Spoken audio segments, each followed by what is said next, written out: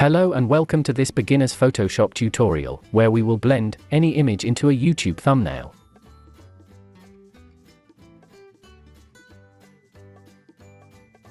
Hi, I'm Ehsan. I will be guiding you through this tutorial. If you have any questions, please leave a comment, and I will do my best to answer all your questions.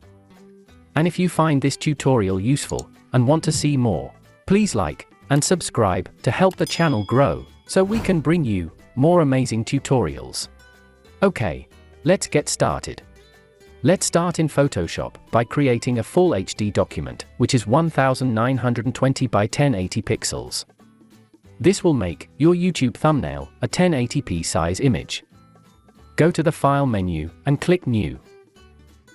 Type 1920 for the width and 1080 pixels for the height. Choose a landscape orientation for a wide screen. And change the resolution to 300 pixels per inch for a very high resolution. Then click Create. Photoshop will create your document and your background layer will be locked. Double-click the layer and click OK to unlock it, which allows you to rename and modify it. Click the foreground color box in the bottom left corner, below the Tools bar, to choose the color you like for your thumbnail.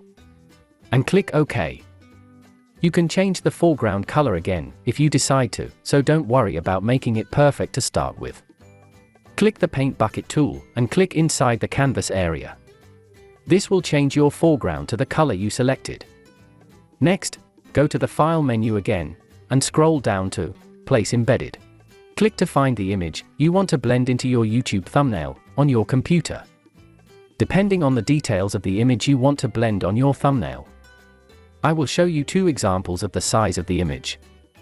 Because the width is 1920 pixels wide, the first image I will use is around half of that, which leaves half of the screen to add text to the thumbnail.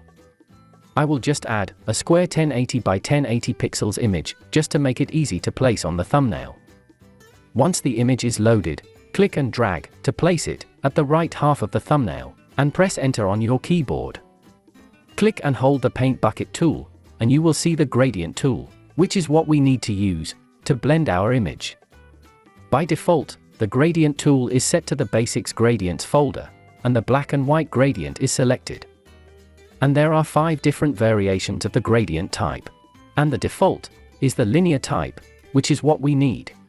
If you click this drop-down arrow, you will see many folders that have many preset gradients that you can use, but for our thumbnail, we need to use this foreground color to transparent gradient.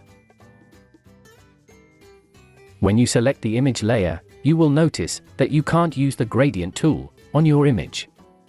Click the Layer Mask icon at the bottom of the Layers panel, and this will add a layer mask to your image layer, and then you will be able to use the Gradient tool. Notice that when your image layer is selected, you can make either the layer or the layer mask active to make any adjustments. The active thumbnail will have a border around it. Now, we can click and drag from the left edge of the image to about halfway of the image to apply the transparent gradient, and this transparency will blend the image with the background, regardless of what the image or the background are.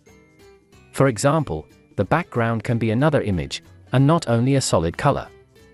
If you hold the Shift key while applying the gradient, you will have a straight horizontal line, and this will apply the gradient from left to right in a symmetrical manner. You can experiment with the start and finish points of the gradient line, and you can also click the gradient to display the gradient editor, where you can modify the intensity of the gradient colors by adding points or changing their colors.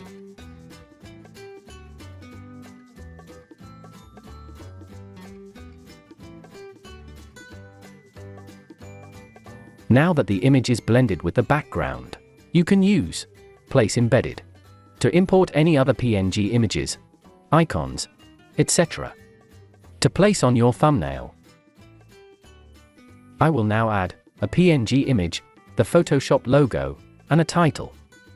You can modify the size and position of the images, and the title size and color, until you are completely happy with your thumbnail.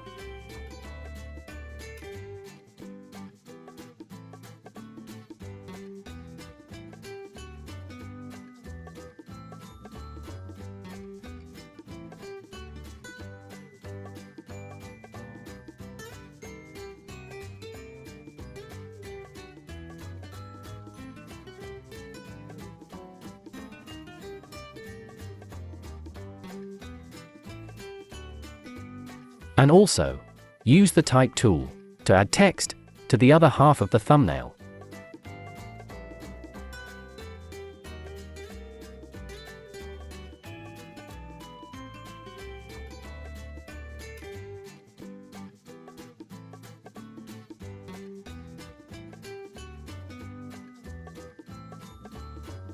The second image I will blend is a full-size wide image, just to show you the difference between the two sizes.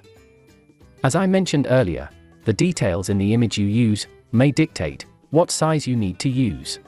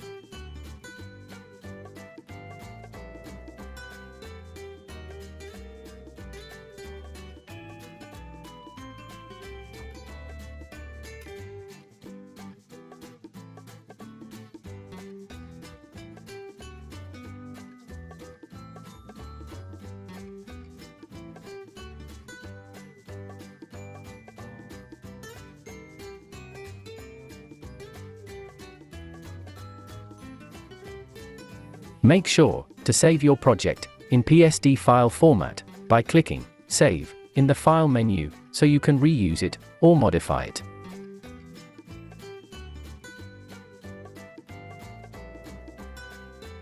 Once you are completely happy with your thumbnail, export it as a JPEG file so you can upload it to your YouTube channel.